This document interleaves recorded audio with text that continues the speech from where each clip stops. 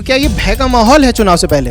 बिहार बंद का ऐलान तो हो गया है, लेकिन इस बिहार बंद से हासिल क्या होगा? SIR के मुद्दे पे उन्होंने जनता को गुमराह किया, वोटर लिस्ट की सूची के नाम पे उन्होंने जनता को गुमराह किया। अब ये बिहार बंदी का मामला लाके सिर्फ जनता को गुमराह करना चाहते हैं। छोटे नेता होते हैं, वहीं से स्टार्टिंग होती है। शशि थरूर की पत्नी जी, उनको उन्होंने प्रधानमंत्री जी ने कहा कि एक व्यक्ति ऐसा है जो 50 करोड़ रुपए की गर्लफ्रेंड लेके चलता है।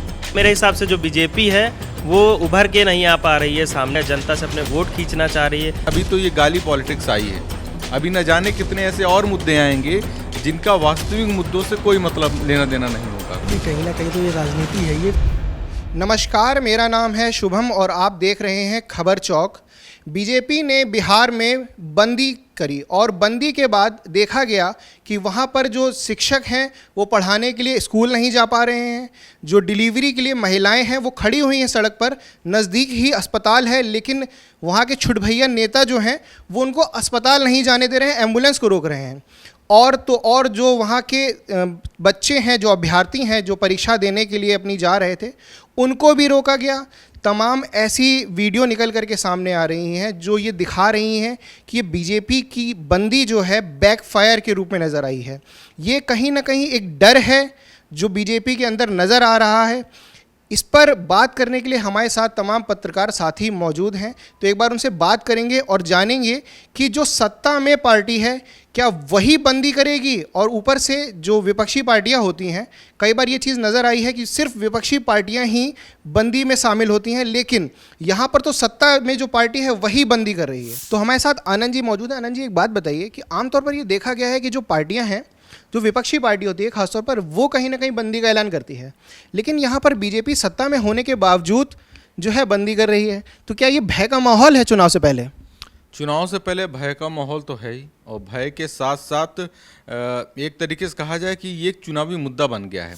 बिहार बंद का ऐलान तो हो गया है, लेकिन इस बिहार बंद से हासिल क्या होगा ये समझना ज़रूरी है। मतदाताओं को समझना ये है कि उनको अपने मुद्दों पे वोट करना है, ना कि चुनावी मुद्दों पे वोट करना है। चुनाव में तो अभी न जाने कितने, अभी तो ये गाली पॉलिटिक्स आई है, अभी न जाने कितने ऐसे और मुद्दे आएंगे जिनका वास्तविक मुद्दों से कोई मतलब लेना देना नहीं होगा। अब देखिए, बिहार बंद का ऐलान हुआ किस लिए है? बिहार बंद का ऐलान हुआ है कि मोदी जी की माँ को अपशब्द कहे गए हैं, गलत तरीके से उनको संबोधित किया गया है। लेकिन आप ये बताइए कि रेणुका चौधरी कांग्रेस की नेता हैं, अभी संसद का सत्र चल रहा था, कुछ दिनों पहले ही की बात है। वहाँ पे वो संसद सत्र के दौरान जब पीएम मोदी भाषण देते हैं तो वो उन पे हंसने लगती हैं। तो वहाँ पे जो हमारे संसदीय कार्य मंत्री, उन्होंने उस पर टीका टिप्पणी भी की कि नहीं होना चाहिए।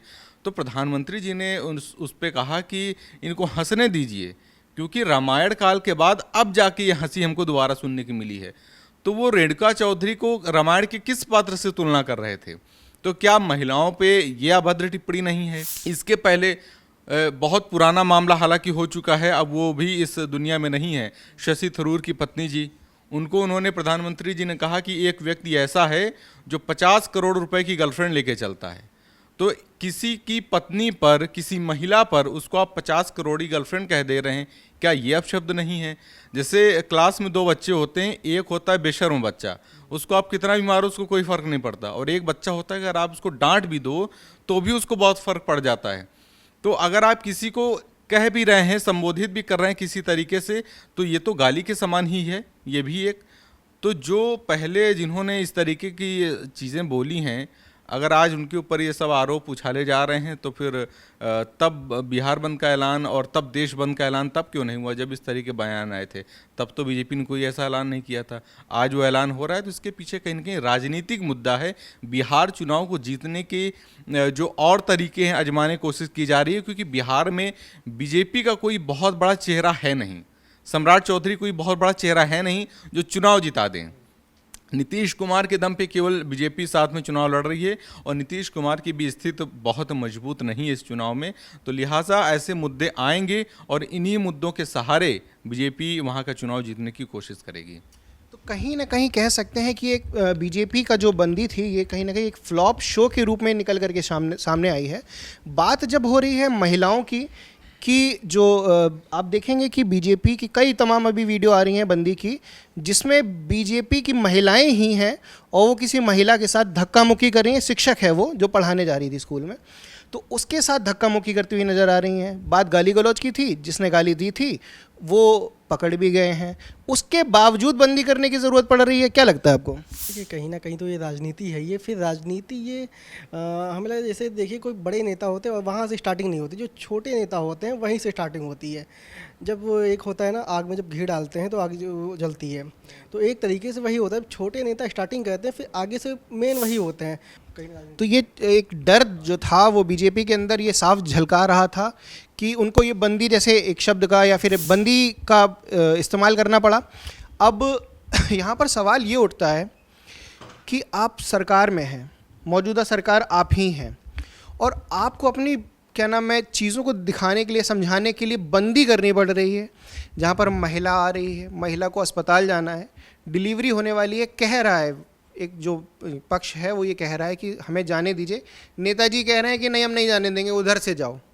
अब एक बात बताइए, कितना गंभीर विषय है, आप ये बताइए। देखिए ये सारे जितने मुद्दे हैं सिर्फ और सिर्फ जो राजनीतिक पार्टी हैं वो अपने फ़ायदे के लिए करती हैं। पहली बात तो ये है। अब जैसे कि सत्तारूढ़ पार्टी जो बीजेपी यहाँ पे बिहार में इस समय है, SIR के मुद्दे पे उन्होंने जनता को गुमराह किया, वोटर लिस्ट की सूची के नाम पे उन्होंने जनता को गुमराह किया। अब ये बिहार बंदी का मामला लाके सिर्फ जनता को गुमराह करना चाहते हैं। इनको किसी ना किसी तरीके से लोगों में आक्रोश पैदा करना है, अपनी तरफ वोट खींचने हैं। और जो विपक्षी पार्टियां हैं उनका तो खैर कोई नुकसान इससे हो नहीं रहा। मेरे हिसाब से जो बीजेपी है वो उभर के नहीं आ पा रही है सामने, अपनी बातें नहीं रख पा रही है, जनता से अपने वोट खींचना चाह रही है। इन सभी मुद्दों को सामने ला के बिहार बंदी करके या ये सारी चीज़ें करके नुकसान सिर्फ जनता का होता है कि भाई मेडिकल जो है हॉस्पिटल्स बंद हो जाते हैं, कई सारे ऐसे रास्ते बंद हो जाते हैं जिनसे लोगों का आवागमन जो है प्रभावित होता है। जैसे कि आपने कहा कि जो है एक महिला को डिलीवरी में जाना है, उसकी डिलीवरी है, उसकी समस्या हो रही है, तो नेताजी कहते हैं दूसरे रास्ते से जाइए। तो इन सब चीज़ों से सिर्फ जो असुविधाएं हैं वो आम जनता को झेलनी पड़ती हैं। बाकी ये राजनीतिक पार्टियाँ सिर्फ अपना फ़ायदा उठा लेती हैं और नुकसान सिर्फ जनता झेलती है। जिस जनता ने वोट दिया, उनको सत्ता में लेकर के आए, उस जनता को ही जब मूलभूत जो उसकी चीज़ें हैं उसमें क्या नाम है परेशानी हो रही है, जो डेली वेजेस वाले वर्कर हैं उनकी कमाई रुक रही है, तमाम ऐसे जब भी बंदी देखी गई है तो करोड़ों का नुकसान जो है झेलना पड़ता है वहाँ के राजस्व में। तो क्या लगता है आपको कि इससे जो ये बंदी हुई है इससे राजस्व पे कोई फ़र्क नहीं पड़ा होगा? और अगर फ़र्क पड़ा भी होगा तो वहाँ की जो आम जनता है, जो एक अभ्यर्थी है परीक्षा देने जा रहा है वो नहीं जा पाया है, या जो डिलीवरी वाला जैसे मामला सामने आ रहा है, तो इन सब चीज़ों में आम लोग कितने प्रताड़ित हो गए हैं, ये इसके बारे में क्या कहना चाहेंगे आप? देखिए आम पब्लिक तो बहुत ज़्यादा प्रताड़ित हुई होगी। अब देखिए व्यापारी जो एक वर्ग है, व्यापारी वर्ग नहीं जाएगा अगर काम पे, तो व्यापार पे इसका असर पड़ेगा। अगर कोई सरकारी उपक्रम पे बाधा पहुंच रही है तो उसका भी सरकार पे राजस्व पे असर पड़ेगा। दूसरी बात ये जो बिहार की मूलभूत समस्याएं हैं उन पे ध्यान देना चाहिए, क्योंकि आप देखिए जितनी बार चुनाव होता है हर बार चुनाव में बाढ़ का मुद्दा एकदम प्रमुख होता है कि हमारी सरकार आएगी तो बाढ़ की ये जो समस्याएं हैं ये हटा दी जाएंगी, बाढ़ की समस्याओं से निजात मिलेगी जनता को। लेकिन जितने भी जो इलाके हैं, जो नदियों के किनारे इलाके बसे हुए हैं, आज तक उन पे कोई काम नहीं हो पाया है। हर साल चुनाव होता है, हर साल बाढ़ का मुद्दा आता है, हर साल बाढ़ आती है, लेकिन इसका कोई निदान नहीं हो पाया है। इस पे सवाल नहीं होगा, इस पे बिहार बंद नहीं होगा। दरभंगा एयरपोर्ट और एक दो कई ऐसे एयरपोर्ट है जिन पे सुचारू रूप से वहाँ पे काम नहीं हो पा रहा है। एक एयरपोर्ट है जिसका मुझे भी नाम नहीं याद आ रहा है, वहाँ पे सिर्फ जगह बनी हुई है, एयरपोर्ट का पूरा ढांचा तैयार कर लिया गया है, ज़मीन ले ली गई है, लेकिन सालों साल से अभी तक वहाँ पर एक जहाज़ नहीं उतरा हुआ है। और वो जो नुकसान हो रहा है राजस्व का, उस पर ध्यान नहीं सरकार दे रही है। तो जब पटना के लोगों को, बिहार के लोगों को आप एक उच्च स्तरीय सुविधा नहीं दे पा रहे हैं, तो आप किन मुद्दों पे चुनाव लड़ेंगे? तो जाहिर सी बात उनके पास मुद्दे तो हैं नहीं, वोट मांगने का कोई ऐसा विकल्प तो है नहीं कि ये दिखा के हम उस पर वोट मांग लें। तो अब ऐसे मुद्दे सामने आएंगे जिनका कोई सरोकार ना हो जनता से और सिर्फ हवा हवाई हो। तो ये भी एक हवा हवाई मुद्दा है। मुझे लगता है अगर आप बिहार बंद का ऐलान इसलिए कर रहे हैं क्योंकि किसी ने प्रधानमंत्री मोदी की मां को गाली दी है, तो मुझे लगता है कि पहले प्रधानमंत्री जी को उन मुद्दों के लिए, उन बातों के लिए माफ़ी मांगनी चाहिए जो उन्होंने बोला है, और इसके बाद आप किसी की माँ को गाली देना बिल्कुल गलत बात, मैं इसके समर्थन में नहीं हूँ।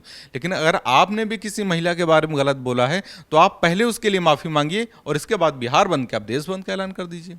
कहीं ना कहीं बिल्कुल दिशाहीन ये बिहार बंद नज़र आया है। बीजेपी जो सत्ता में बैठी हुई है वो आम जनता के लिए ही बिहार बंद को समस्या के रूप में लेकर के सामने आ गई है। अब देखना ये है कि क्या जनता इस पर सवाल खड़ा करेगी और क्या बदलाव लाएगी। देखते रहिए खबर चौक। मेरा नाम था शुभम, धन्यवाद। This video is sponsored by Ram Group of Companies, co-sponsored by Nature House and Bhaiya Ji Silver Coated Ilachi.